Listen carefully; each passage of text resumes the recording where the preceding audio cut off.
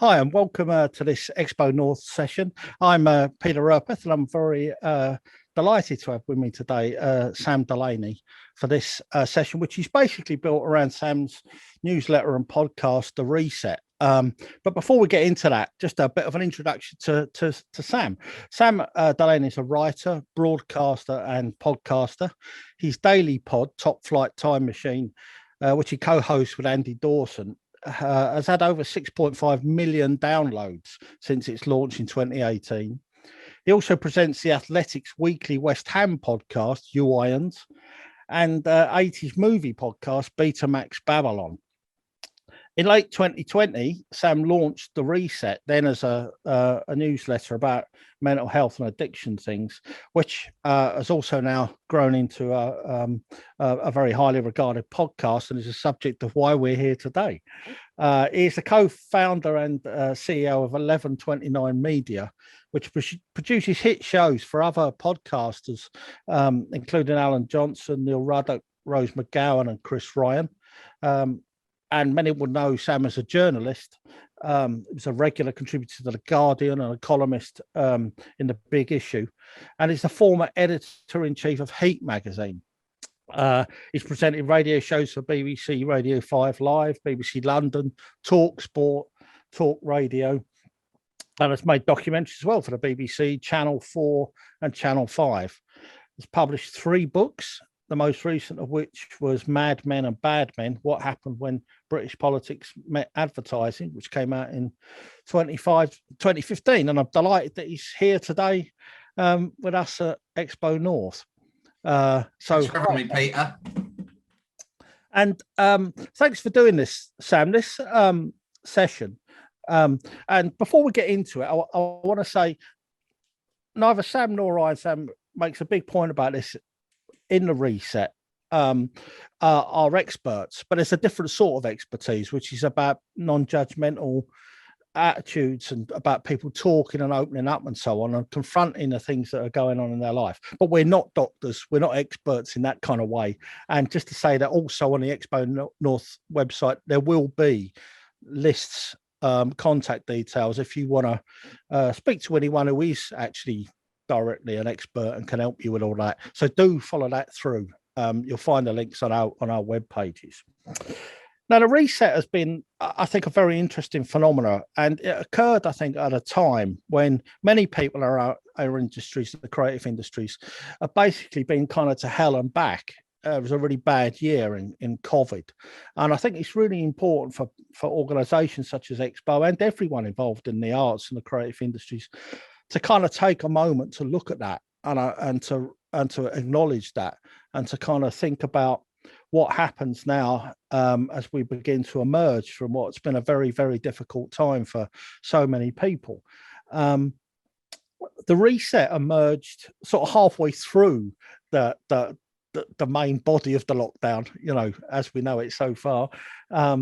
And I think immediately grabbed the attention of a lot of people because of its candidness and because I think it had a certain practicality of approaches. It was built around Sam's experiences, lived experiences of many of the issues of experiencing mental health problems and addiction problems and so on. Can I ask you first, Sam, what was the kind of impetus to get The Reset going? What was that moment where you said, I know all this was my life, now I'm going to turn that into a newsletter and a podcast and so on? How did that actually come around? How did it originate? The short version of that, because actually it's probably quite I suppose it's a complicated answer, which is to do with like all these things brewing up inside of me and me wanting to sort of me remembering what I was like when I first sort of started to really suffer from things like depression and anxiety in my 30s, and how isolated and alone I felt at that time and terrified, and how different it might have been for me if I'd had someone who I could relate to, just sharing the fact they'd gone through it too, and maybe giving me some more practical advice. So that was a longer story, and that had been brewing inside me for a long time, because I do think, without blowing my own trumpet, I think anyone who comes out and does that stuff, it takes a lot of courage. And I really admire anyone who just sort of goes out and says, look, this is what happened to me. This is how I feel about stuff. This is how I get sometimes, because there's a lot of shame associated with it.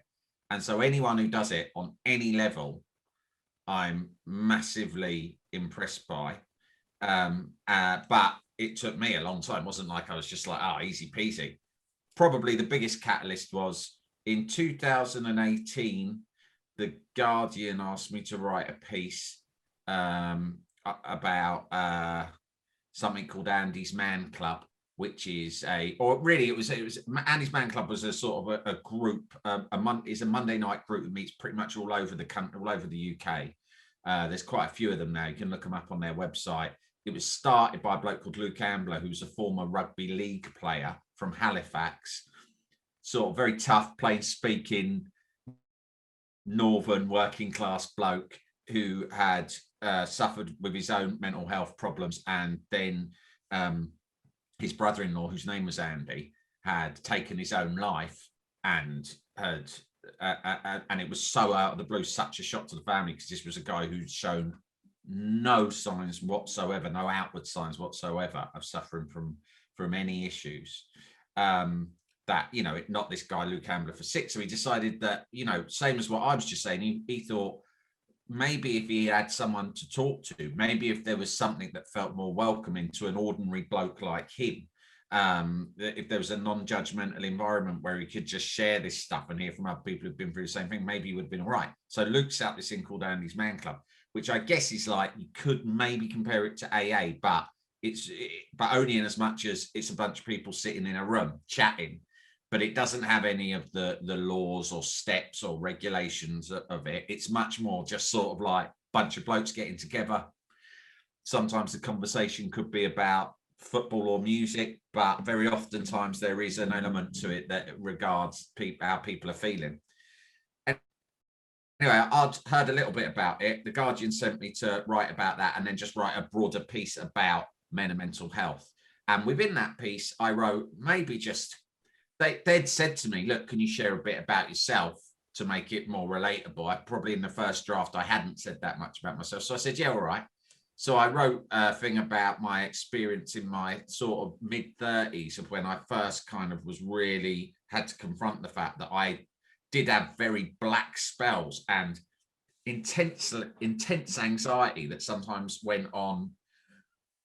You know, when I was younger, might have gone on for a few days. Then when I got older, it might have gone on for a few weeks. And by the time I was in my mid-30s, for whatever reason, it sometimes descended on me for months. And I hid it from pretty much everyone. And it was crippling's maybe an exaggeration, but it really impacted upon every last waking moment of my day for sometimes months and months on end. And I just had to wait for it to go, and I didn't really know what to do. And I thought, I don't know, for whatever reason, they encouraged me to write about that. It was one paragraph in quite a long 3,000-word article that was in the Guardian Weekend magazine. But the response I got, and this is after, I guess, 20 years of being a professional journalist and writer, the response I got to that piece, and specifically to the small part of it in which I talked about myself and my own experiences, was probably the biggest and most positive and sort of like heartwarming response I had ever had to anything I'd done, right? And it had a massive impact on me, the response that I had. Partly, I won't lie, just from an egotistical point of view, because, you know, as a journalist yourself, you know, you love it when people give you great feedback, right? You love it, oh, everyone's tweeting me about this. I feel so important, right? But it was amazing, right? And that was like a reward for doing something that I hadn't done much of before. I thought to myself, okay, I felt really good about it. It straight away disarmed me to the idea of sharing more. And I also thought to myself, I think that one of the things that people reacted to really well is that if anyone knew me or knew of my work or my sort of persona when I occasionally used to pop up on radio and TV, you know, I suppose I had a fairly laddie kind of persona, and I come across as, sort of blokish, loud and confident, right? Because I've got a loud voice and I've got a London accent and I dick around a lot, right?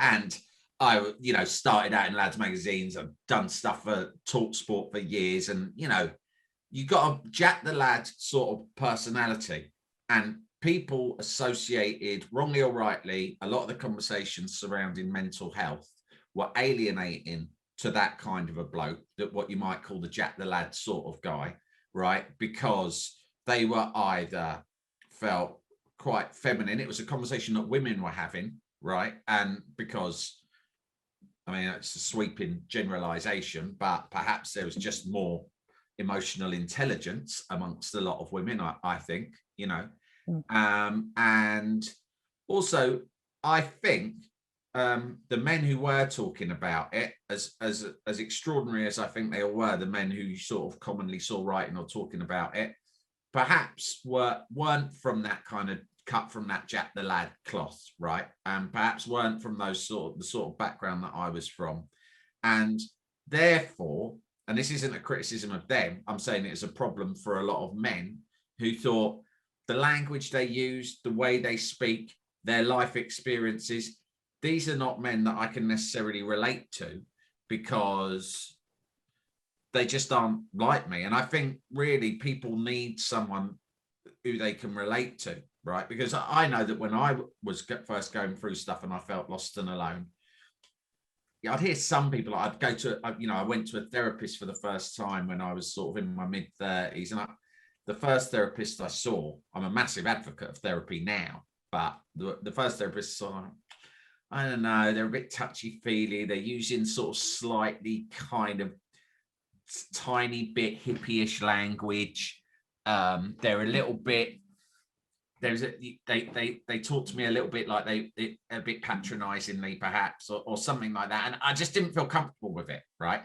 And I was aware of the fact, and it's a stat that's talked about a lot now, which is a good thing, that suicide's the biggest killer of men under the age of 45 in this country, the single biggest killer, right? And I thought, all these men are this is a crisis, and it's because men won't talk about it. And I thought that the average bloke, the sort of bloke who was from a Jack the Lad background, and where that kind of beery, football-y sort of culture that I grew up in, it does discourage you, right, to be open and honest, because the whole thing is that you're taking the piss all the time, and everyone's trying to be the big I am, and everyone wants to be the most confident bloke in the boozer, right? And I thought,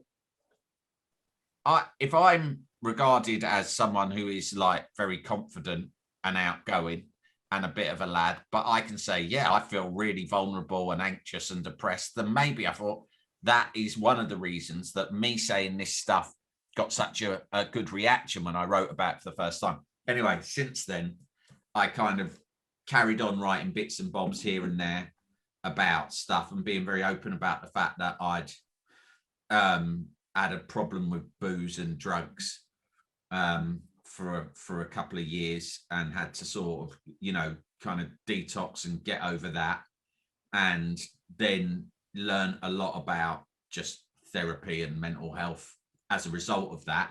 Because, when you give up drinking drugs, you can't just stop, really. I mean, you can, but I personally think you can stop putting it into yourself, but then that's like the first step. You need to then work out why it was that you were on the piss non-stop, right? Because there's probably something a bit deeper behind that.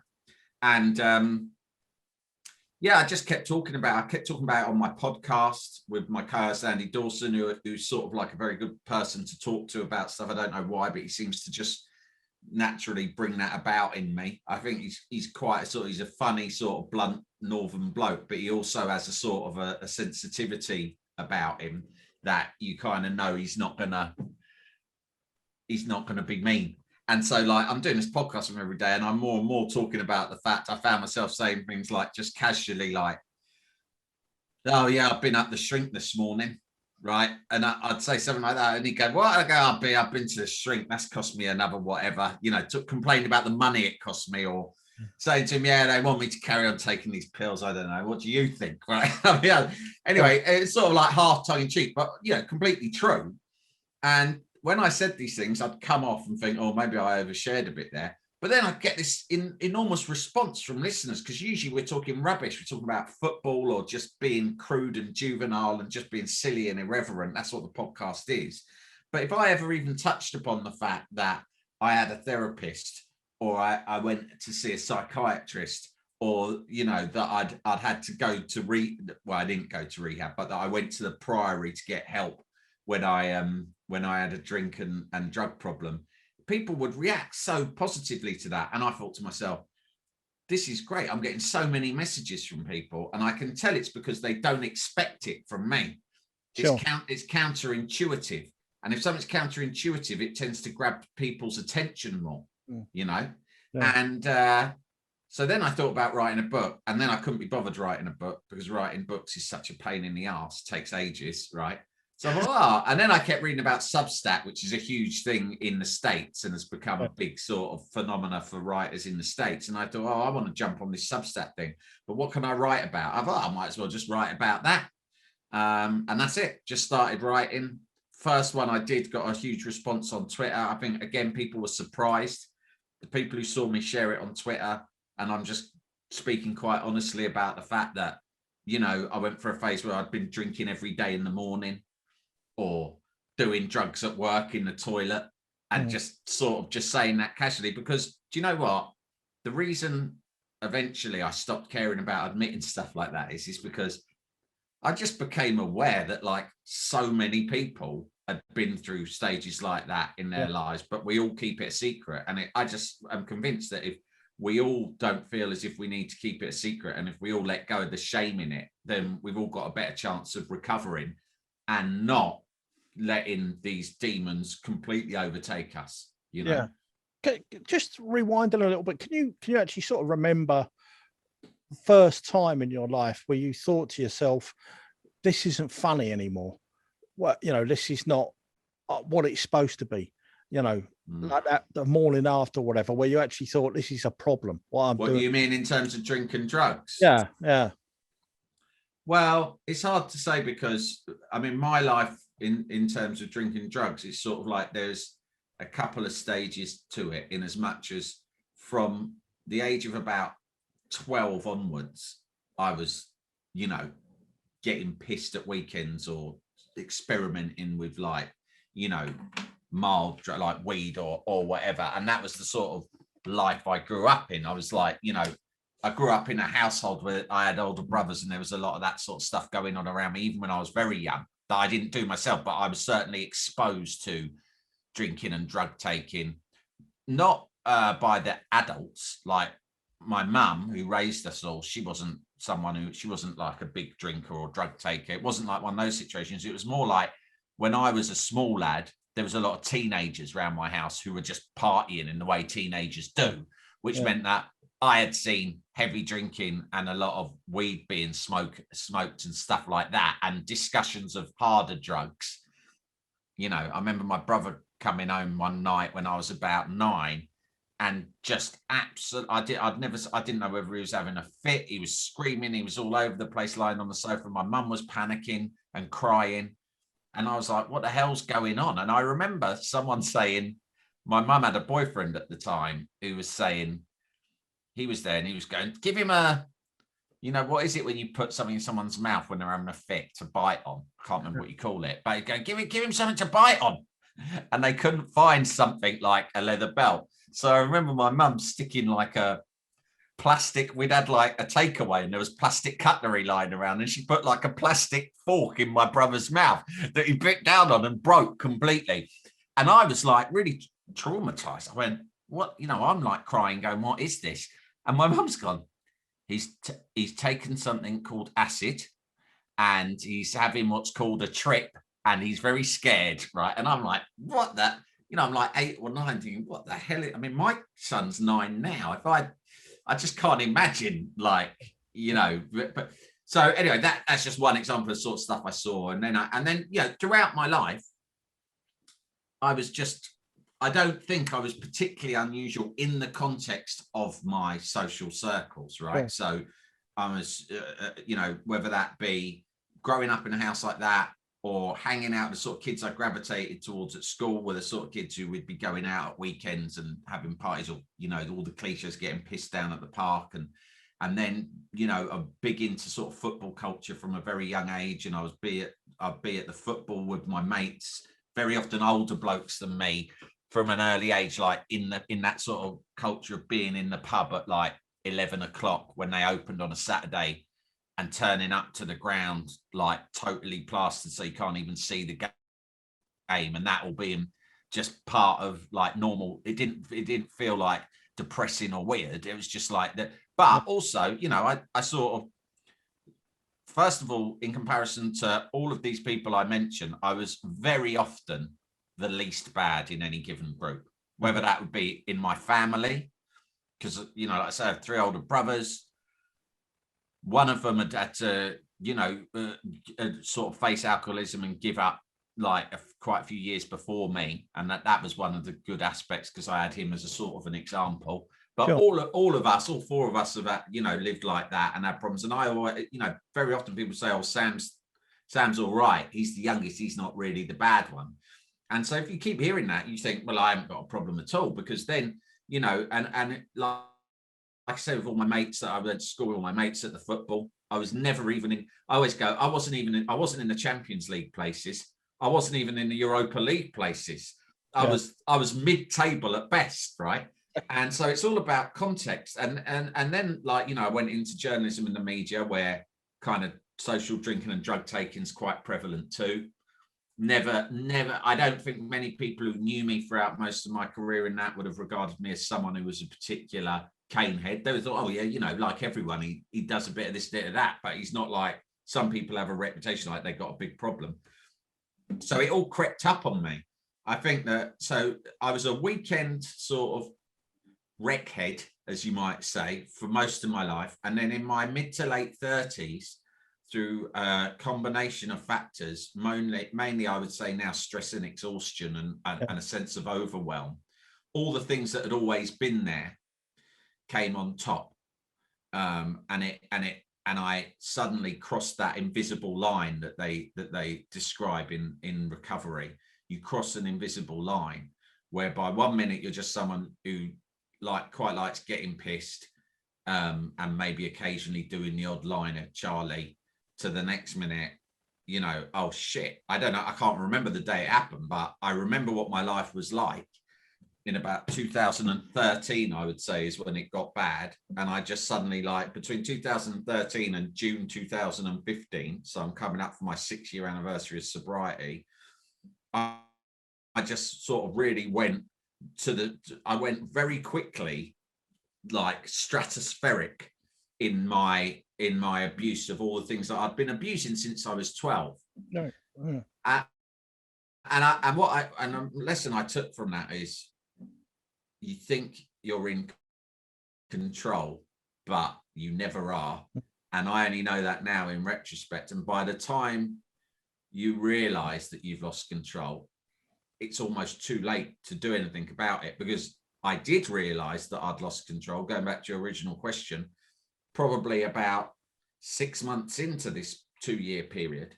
Yeah. But by that stage, I was deep into it, and I became the sort of person who was every single day promising myself that was it, enough was enough, but then just relapsing again and again and again and again. And that's how it is.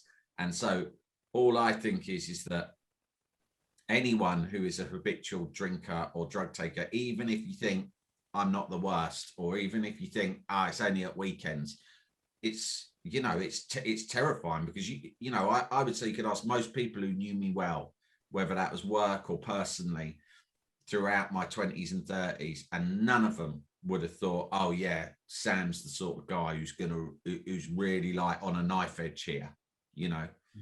And so I hope that they all realize now, bloody hell, if it can happen to him, it can happen to anyone. Yeah, just think during that sort of time, leading up to that kind of 2-year period, you know, what was the relationship between what you were doing and the nature of the work? You know, you're involved in big media, you know, prominent, you know, and doing a lot of really exciting things and so on. You know, how did that kind of interact with these problems? I mean, it was a massive part. It was a massive part. I don't want to say it was like the only thing, but it was a huge catalyst in that sort of end game. I think, you know, the years of sort of self-reflection I've done since I got sober make me realize that there was a huge number of things in the past that had contributed to all of this, to the fact that I started abusing drugs and drink at a very young age. But the real catalyst to it going sort of into fifth gear was the period in my life. I think that I was working. I mean, there was a perfect storm of circumstances where I was in the middle of moving house. I was also finishing my third book, which is I was finding very stressful because it was a book that I'd taken on, and you know, writing a book is always like feels like a big achievement and a milestone in your career, and you get the commission. I had a good publisher and I felt really delighted with myself, but then the reality of doing it came on. But then, of course, I'm someone who sort of effectively has always been freelance one way or another in my career.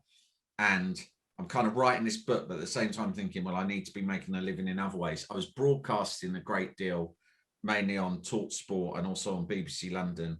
And on top of that, I was offered a job quite out of the blue as editor-in-chief of Comedy Central in the UK. Mm-hmm.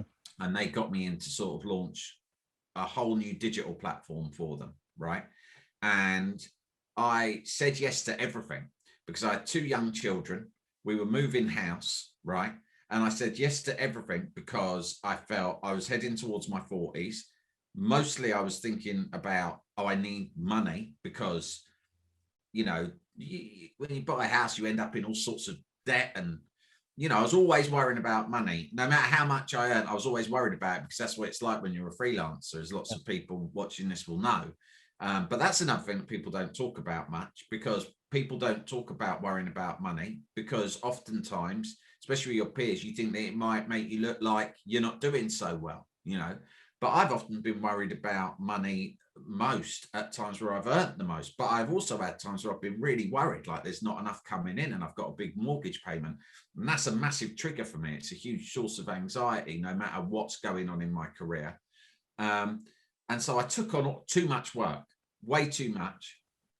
I'd grown up in the culture in the media where it was like, I would never be complacent and think if you're offered a job, you basically have to take it. Do you know what I mean? You never say no, right?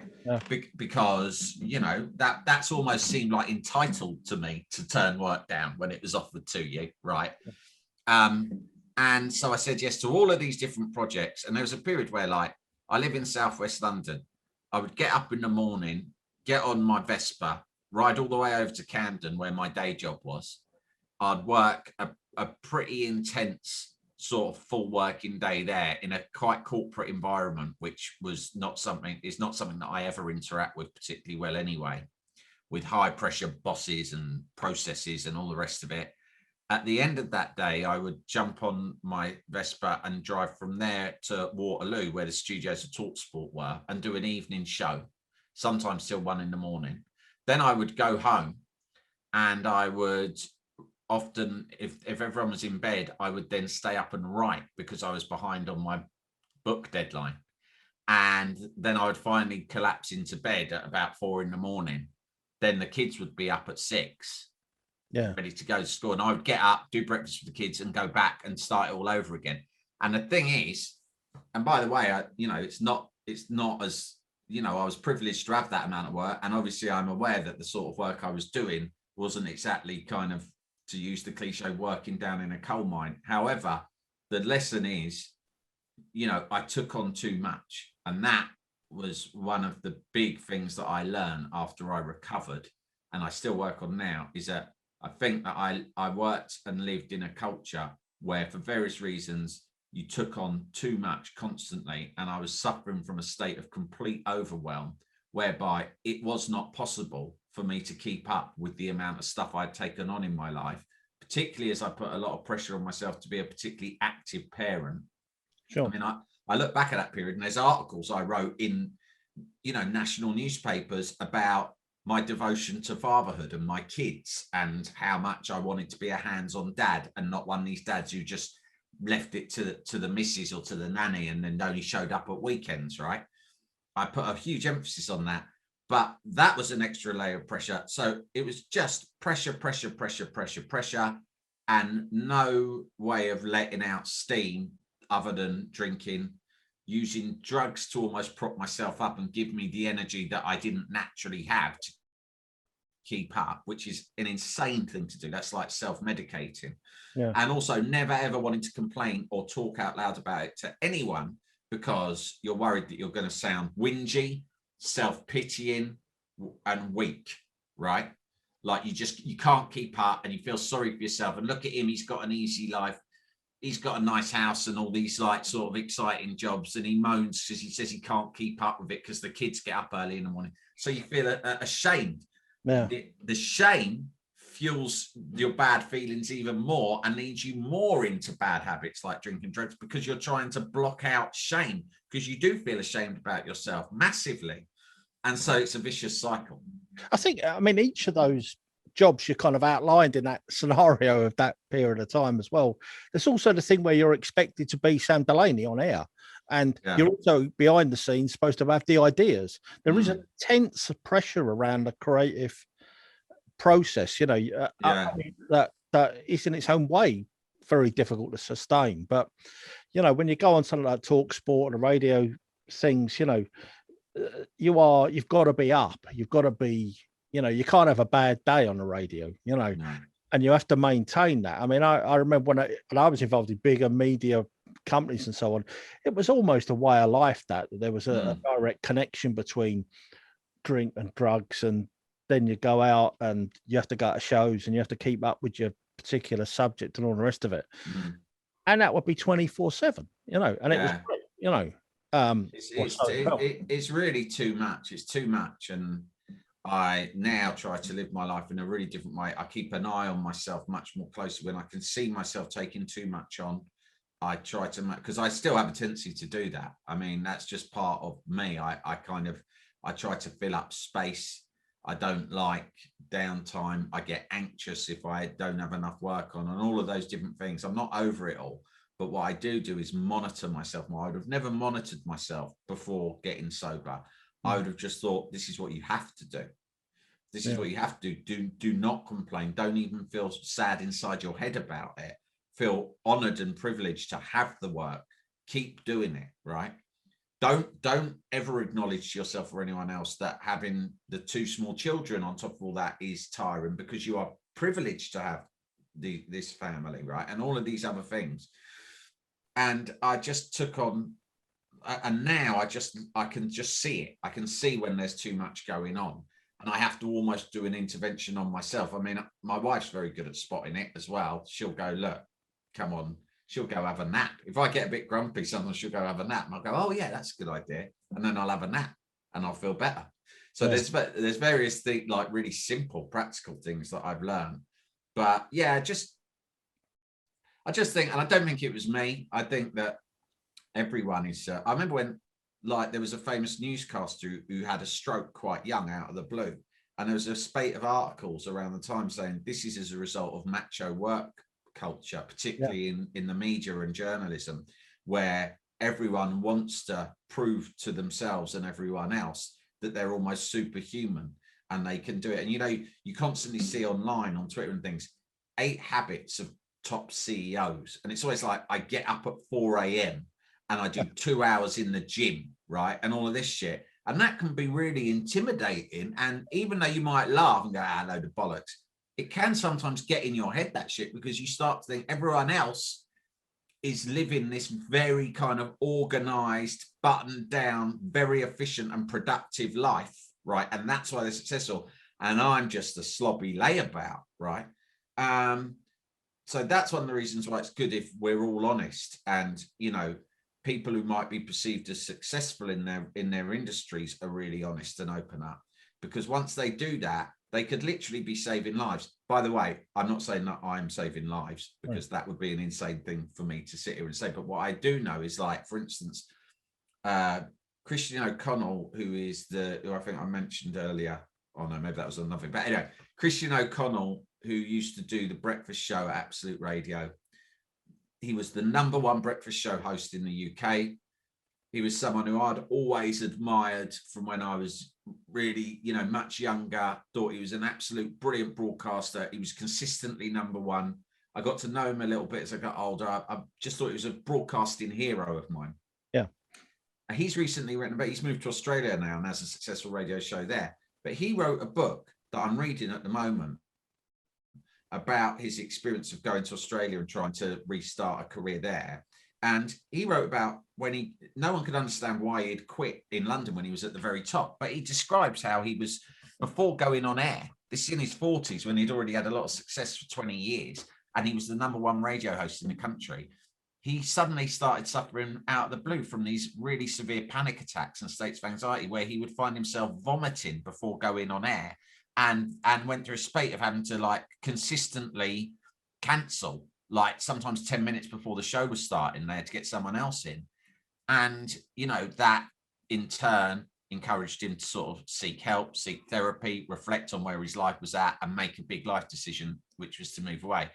But I got in contact with him to say, what's so powerful about what you've done here is that you were literally, number one. You were the top person in your industry. Your whole personality on air was built around being funny, confident, having that kind of breeziness that people like to have where everything seems like water off a duck's back. You take nothing seriously, right? I mean, to sustain that is very tough. But I think when someone like him opens up and says, do you know what? I was riddled with doubt. I was riddled with anxiety. I was riddled with all sorts of problems. And I was almost completely disabled by them. I couldn't actually physically function. That is enormous, because suddenly, if you're someone else and you read someone who is so successful saying those things, it don't half make you feel a lot less guilty about yourself. Yeah. It don't half make you feel a lot less guilty about those days when, for whatever reason, you can't quite work out why, you just don't get anything done on your to-do list, and you end up sitting playing on PlayStation, or or you don't stick to your diet that day and you have like a bag of chips for lunch, or whatever it is. All those little things that we do, everyone does them, and you don't have to feel guilty, and you don't have to go around thinking that everyone else in life has got everything sorted apart from you. Yeah. So what was the kind of first practical step you took then? You reach that point, and then you think, I've got to do something about this. Did you speak to someone? Did you take advice? Did you? I mean, in terms of drinking drugs, there was like 1,000,001 false starts, and anyone who's ever tried to give up drinking drugs will have had the same experience. I don't think there's anyone who sort of thought, right, I've got a problem, and then thought, better stop. Most people start to come to the realization they have a problem, and you go through all those stages. Like, you go through a lot of denial, then you get angry. I was very angry for a long time. My wife, who I've known since I was 11 years old, we've been together since we were 20 years old, whereas, so close. We've grown up together and we're so close. And yet, even with her, for the only time in my life, I was just being like a dickhead, because she started to worry and call me up on my drinking. And I was angry about that, and sort of took a mad point of view of, stop trying to control me. Like, this is the mad stuff that drinking drugs can do to you. It can like pervert your mind. So rather than thinking this is someone who I love, who I know loves me, and who I respect and who I trust implicitly, and who was, as it happens, never been the sort of person to try and sort of intervene and influence my life decisions in any way. Yeah. And even though she knew I was a right pisshead in my 20s and was probably a nightmare, because I used to rock up on a Saturday after football completely useless, and even through those days she was like, roll her eyes and get on with it.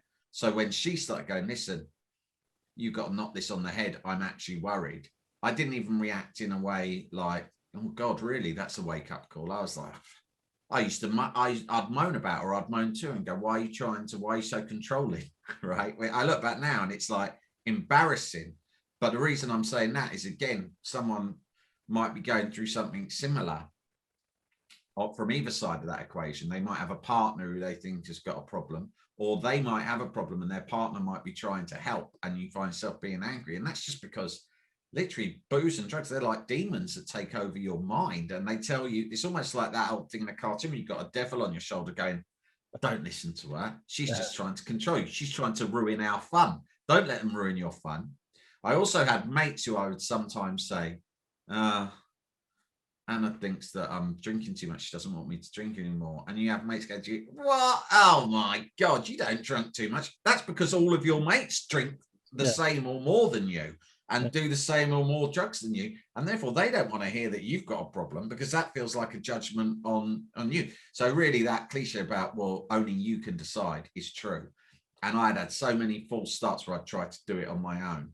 And I didn't at that stage feel like confident to go and enter into Alcoholics Anonymous or Narcotics Anonymous. I didn't know enough about those worlds, and I only knew what you see on TV, and I thought, oh, a bit creepy.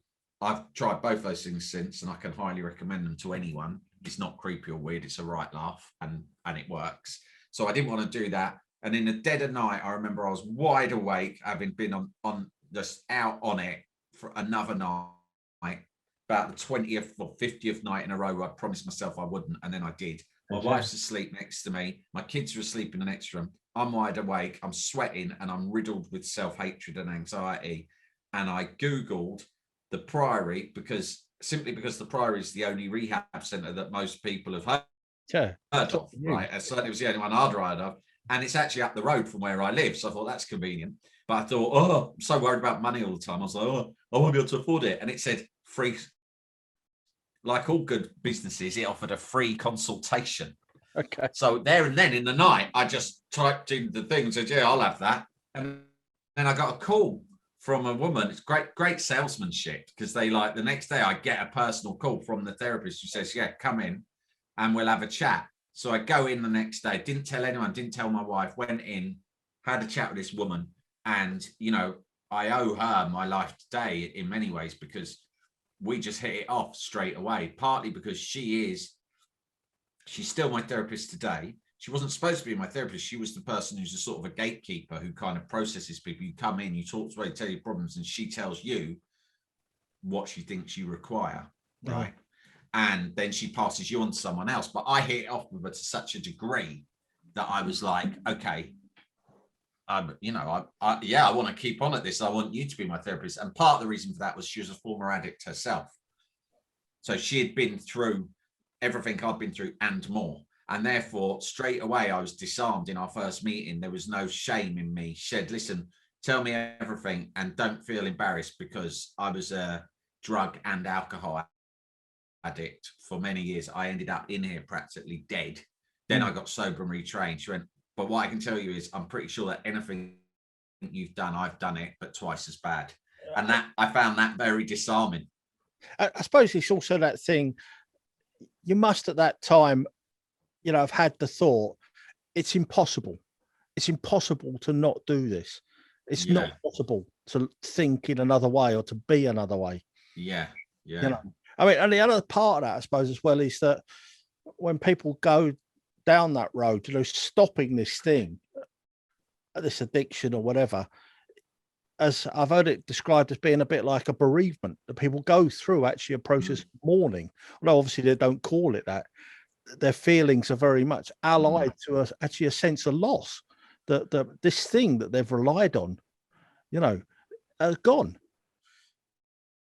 Yeah, I can see that. I don't think that's not something that I mean, I might, you know, when you first just stop, then I suppose in some ways my memories of those first few weeks might even be hazy, because your mind is all over the place and so is your body. And you know, what I really remember is, I remember all the times I tried to stop and failed, or maybe maintained it for maybe 2 weeks or something, and then almost you get tricked, something in your mind tricks you into thinking it's okay to go back to it now.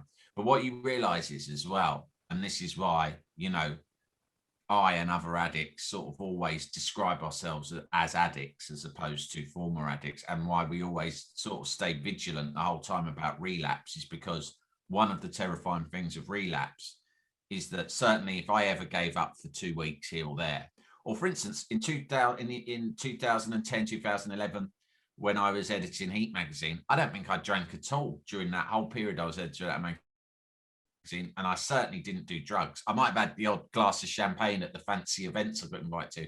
I don't think I did drugs at all, because I went into that job thinking, this is a big job and I better be clear-headed to do it. I can't be having hangovers, or certainly not being pissed up or out of it at big events. So I just stopped. So, you know, you sort of think, first of all, that makes you think, oh, I'm in control, right? Because I can stop. And I stopped for like the best part of 2 years, right? And also, but you're not, because when you start again, you tend to go straight back. It's like riding a bike.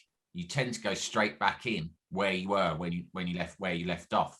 So like, if I was like drinking, you know, if my standard thing was to walk into a pub and have, you know, my standard thing by the end was I would never just have a pint of lager. I would have a pint of lager, and I would always have like a double Jameson's chaser with every pint I had on my own. If I was with other people, I'd be worried about feeling judged. So I preferred drinking alone, which is one of the classic warning signs of being a problem drinker. I loved going to the pub on my own, walking in, and the pubs in my area where I'd often go in the day when my family weren't at home. So I'd go and have lunch in a pub and take my laptop and work on the pub. And I'd be like, they'd just know. Any of the pubs, there's loads of pubs in my area. Anyone I went in, they would line me up a pint of whatever the strongest lager was and a double whiskey, and then just keep them coming, right? And that was just what I was used to doing, because anything else wouldn't touch the sides. But the thing is, if I took a month off of doing that, when I went back in, it wasn't like I'd be, just half a shandy. You just go straight back in, and each time it gets worse much quicker. Yeah. You know, so it's very, so lots of times I tried and failed to stop. What made me stop completely was the point at which the therapist said to me on our first meeting, you've got a problem. I know that from what you've just told me. I can help you if you're interested in giving up completely forever. Yeah.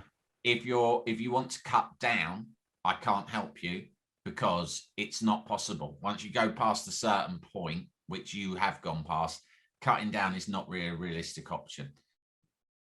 So it has to be a unilateral decision. If you don't want to make that decision, I'm sorry, I can't help you. I'm not going to take your money and do something that I know is not achievable. And it was such a stark sort of thing. She was sympathetic yet brutal, but she was sympathetic in that it's a shame that you're in this situation. I want to help you. You are ill. But on the other hand, she's like, but listen, don't piss about, mate. You've just got to stop. You've got to stop now, and you've got to stop forever, because you will never be able to cut down. And I thought, yeah, she's right. It just hit me. She was so brutal. And I knew that she was speaking from a position of authority. She didn't speak like an academic. She swore and spoke like someone that I would know and socialize with, to be honest, right? And I'm like, right, she knows her stuff. I find her pretty convincing. I've just got to stop. And so somehow, I don't want to make it sound easy, but I did. And it was just the belief in my head that it was 100. Someone had told me, someone who I really 100% was convinced by, had told me, looked me in the eye and said, this is where you're at. This is where you'll be if you don't stop. This is what you need to do, right? And I was like, okay, that's all clear now. Before that, because I had hidden it from everyone, refused to acknowledge it, refused to confront it, kept it all private, tried to do it on my own. I didn't have that, someone giving me that brutal, honest assessment. Once I had it and almost an ABC set out in black and white in front of me, I found it much easier. So I suppose the lesson from that is you have to go and speak to people, and you need to be open about it. And then the next thing is be really accountable. And once you said you're giving up, tell bloody everyone. Because if you tell everyone, then you're accountable. And if you go around telling everyone, listen, I'm giving up everything, and then people go, why? And you go, nah.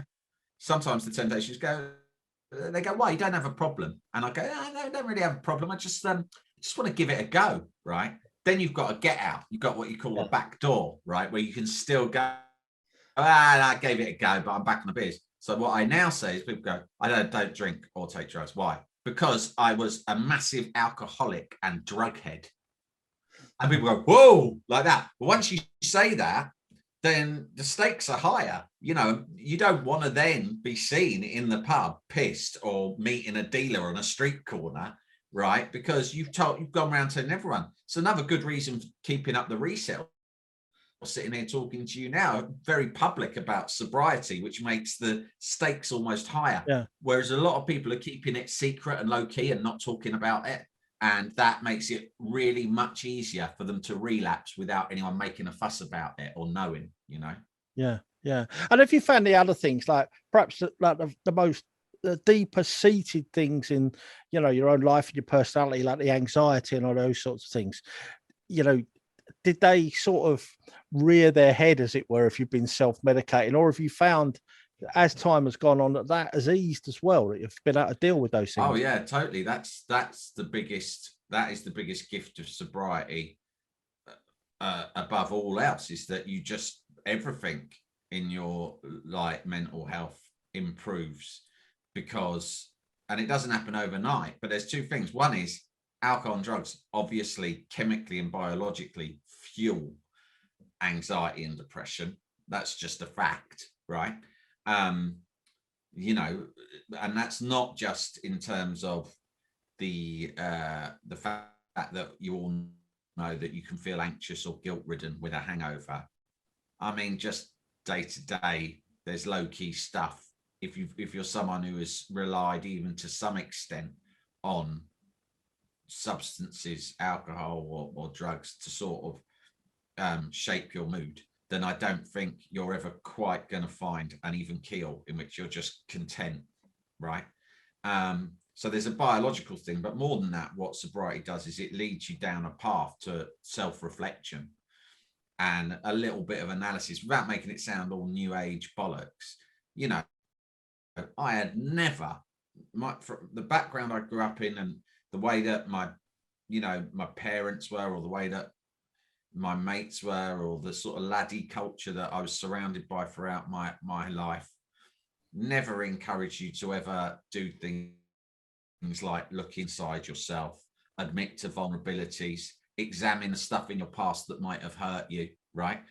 There was a bit, you know, I was the sort of person, like a lot of people, particularly men, and particularly men from my sort of background, who'd be like, what you want to do is demonstrate that no matter what's happened to you in life, it's all been water off a duck's back, because you're tough and you can laugh everything off, right? When you start to like look at your own life a little bit more sympathetically and examine things and think, actually, when that thing happened to me, I've been so busy pretending to be okay to everyone. Yeah. I've never really been able to acknowledge the fact that actually that did really upset me. Or I've never been able to acknowledge the fact that, or maybe I get very anxious because I don't have enough confidence in myself, really, despite my confident persona, that everything's going to be all right. I think that I'm 1 minute away from being found out and my whole career and life collapsing around me, or whatever it is, right? None of those little bits of self-reflection, or, you know, working on your own mindset, trying to understand why you feel the way you feel. And then once you understand it, trying to develop a set of kind of tools, just a set of sort of plans or strategies to deal with those feelings when they come calling. Because my opinion is they come calling on everyone. I always read these like idiot blokes in the media, that your Clarksons and your Piers Morgans, who love writing these provocative things, going, why don't people just suck it up, right? And it's always been all right for me. And I look at them, and first of all, I think, what a joke that these like private school softies are going around. Suddenly they're trying to act out that they're the tough guys who can deal with anything, right? All of these people I pity them, because I think all of you get depressed, all of you get sad, all of you have self-doubt, all of you have fear and shame, because that is human. We all have it. And the only difference is some of us will just hold our hands up and say, yeah, I get that. I feel that. And I'm going to talk about it and try and work out how to deal with it. Or people are still obsessed, like adolescents, really, like an adolescent mindset where you don't want to lose face and you want to tell everyone that you never feel like that because you're tougher than the next person. And I feel sorry for him, because, you know, we all go through that shit. So you can make a choice. You can either admit it, face it, work it out, and work out a plan about how to deal with it, or you can keep it all inside, and every time it gets too much, you can take drugs or drink alcohol. or it's not for everyone drinking drugs. There might be other addictions. Some people do it through shopping, some people do it through exercise, some people do it through sex, but it's always something to distract you from the reality of your feelings. Do you know what I mean? And really just have to confront them. I mean, I think there is a certain portion of culture in the UK, because they say, we've got a different sort of relationship to drink and all the rest of it, and by default, I suppose, mental health and addressing mental health problems, where, I mean, this all surfaced quite a lot with the Harry and Meghan story, where there seems to be a hatred of the idea that people can go on a journey of change. And actually, it's not so much what they become or what they were. It's the fact that somebody like a young lad could say, I used to be like that, but I'm now like this. And it's the journey that threatens a lot of people. It's that idea that change is actually a thing and is possible. Yeah, and I think people are scared of admitting that, because first of all, if you think I need to go on a journey and I need to change, and that is an admission to the outside world and to yourself that your life is not perfect, right? And people don't want to do that. You get pride is such a big issue with particularly men, I think, right? And if you want to use Clarkson or Piers Morgan as the examples, you sort of think these are guys who want to be perceived as having great, perfect lives, right? Look how successful I am. Look how much money I've got, right? And they hate the idea of admitting, yeah, but I'm not happy, right? Or things aren't perfect. So first of all, you have to admit that. If you admit it to yourself, you don't want to lose face to other people. Some people don't, they don't. And also, they also have to admit to themselves, and you could get really depressed then. So I think all of us learn from an early age to pretend to be okay. We all, and maybe you're right, that is a British thing, we pretend to be okay. We convince ourselves that we're okay. And therefore, you don't think there is any requirement for change. You think change is something who people who've got shitty lives are pursuing, right? And also it'll take them to unfamiliar places and make them think unfamiliar thoughts, or there's a lot of work involved in change, and people are scared of that.